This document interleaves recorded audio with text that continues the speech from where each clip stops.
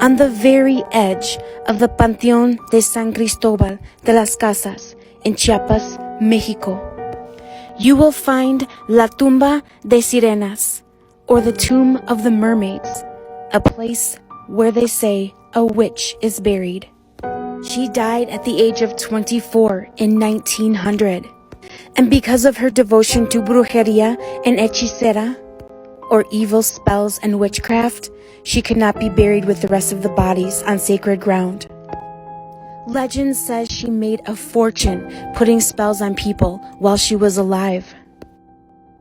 But since the money was earned through evil deeds, her family was not allowed to keep any of it, so it was buried in the tomb with her on her right side. It is said whoever tries to steal the money will either die or have one of his family members die the very next day.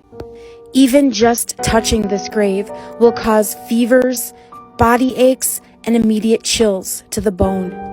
Enedina Garcia was the witch's name, and she began having visions at the age of 6. She even had a premonition of her very own death at a young age.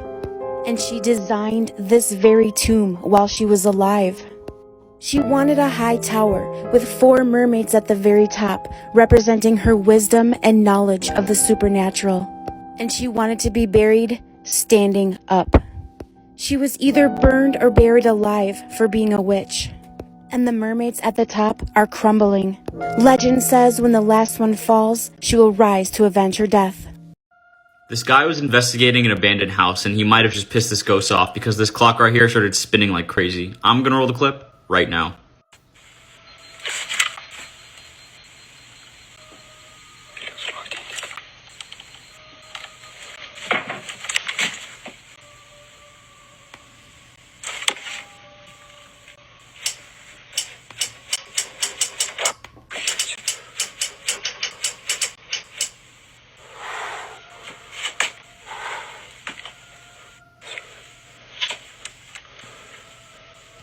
You ever wonder what the last words of Satanists are on their deathbeds? The man you see right here is Anton LaVey. He is the founder of the Church of Satan in America. And on his deathbed, he said something that was a little frightening. These are his last words.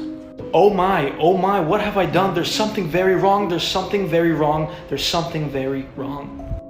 And on his deathbed, he must have got some revelation or an angelic appearance or something.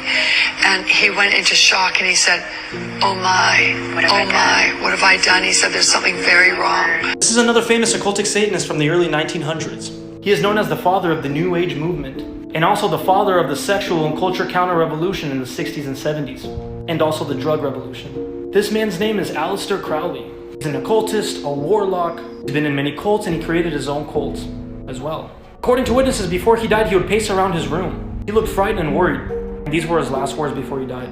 I am perplexed, aka I am confused.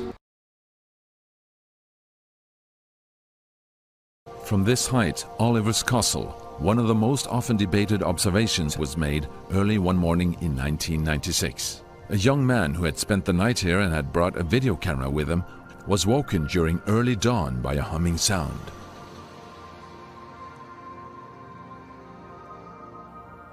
Here I'm standing at Oliver's Castle at precisely the same spot as John Whaley was standing in August 1996, when he supposedly, for the first time in history, managed to film the creation of a crop circle.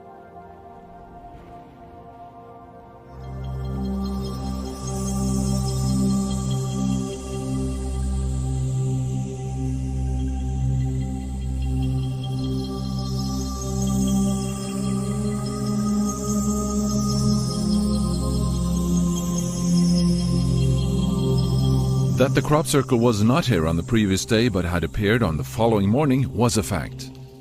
That John Whaley was here at dawn could be confirmed by a military patrol that happened to be jogging by at the time. John went to the local pub later that same day and showed his film to the people there.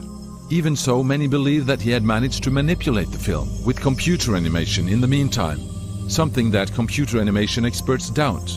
To overlay a perfect animation over a handheld, unstable film would need several days of work using the computer equipment of that time. Even today, the film is still a great mystery, and John has gone underground due to the intense interest that his film created.